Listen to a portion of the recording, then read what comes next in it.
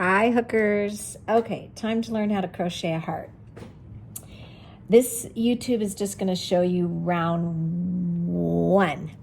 So this heart is actually 3 rounds, and the second video I'll show you round 2 and round 3, but the simplest heart to make, to crochet, is only 1 round, and it's super duper easy. Okay, you do need to know a double crochet, a treble crochet, how to make a magic loop, and how to slip stitch. Okay, the magic loop, the double crochet, the treble crochet, I think I said that before, they're all on the YouTubes that I did. So I'm going to kind of move fast, but as always, just call me, come over if anything isn't clear, and I'll go over it with you. Okay, so you start by making a magic loop. We take our hook and we pull up our yarn. Okay, now we're going to chain 3. 1, 2, 3.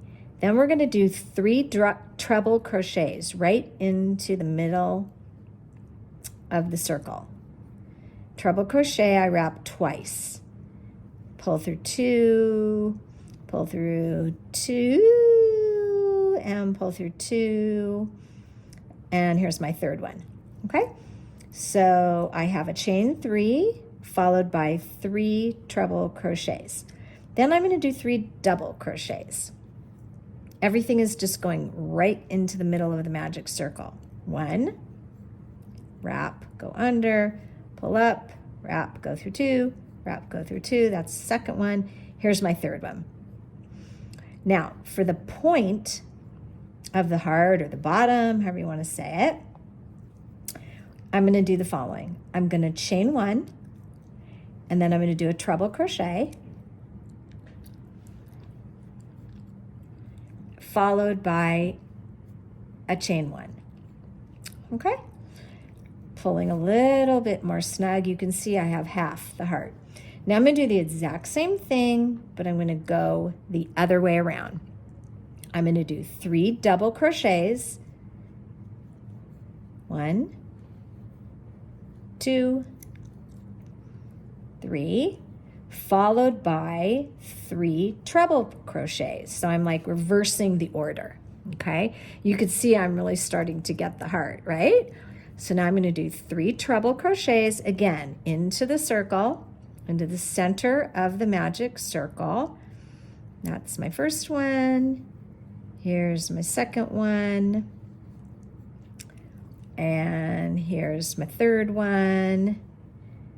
And the whole thing is almost done.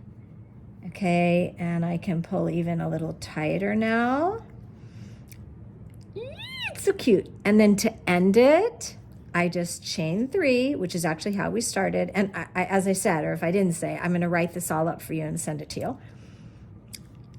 I go into the magic circle and I slip stitch. I bring it up and I keep going through the loop that was on my hook. So now I tighten the whole thing. Okay. I have 2, kind of business things I need to do to end it. Okay. So what I'm going to do is, this was the loop that I slip stitched. And just like we do when we finish a project, one side won't move, one side will. So I'll pull the side that does. And then this other bottom piece is the center of my magic loop, and I'm going to pull it tight. And there I go. And I have round 1, adorable heart. I really like this pattern. I like the shape of it. I think it's simple. And it's super easy to embellish. If I want to give my friend, my lover, my stranger, whoever, the heart, all I have to do, if I want to keep it super simple, is just tie this up at the top and maybe give a little snip. And I can go ahead and hang that on someone's door. I could do anything. You guys are so freaking creative. You can come up with a bunch of cute things. Now, if I wanted to embellish this, I could actually make the same exact thing in a smaller yarn with a smaller hook. Where are you? Like this, and I could take a glue gun and glue that little bad boy right there. And I've just embellished it. So cute, okay? The other thing I can do, which is what you're seeing here, which is called a running chain stitch. And this you can also use if you wanted to like make an initial on the inside of a beanie, maybe you made for somebody, or make a little heart, or write a little message to somebody. This is super simple, so I'm gonna just show you really quick. I'll just use an opposing yarn like a yellow. I usually use a smaller hook to do that. So I made the heart with a bigger, I think it's size 6, 6.5, and then I'm using a 5-0 to make my little trim. So what you do is you make a slip knot.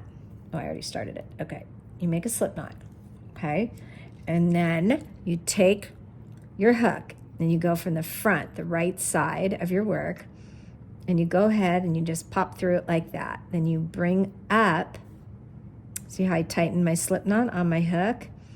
And I go ahead and I bring it up through my work, like that, okay? Then I start my trim. So like in this case, I'm just gonna kind of go around every stitch. So I go back into the work, wrap, bring it up, and slip stitch it through the loop. So this is the loop on my hook that's gonna get slip stitched. I'm gonna bring it up and slip it through. Now here's the next one. Go around the stitch, bring it up, and slip it through. And all I'm doing is just kind of going around the trim of the heart. And I can do this with just round 1, okay? I might do a little extra one in there at the point. And I'm gonna go in here. I mean, if this isn't cute, I don't know what is. And you just go around and around. I'm just going over the stitch, bringing it up.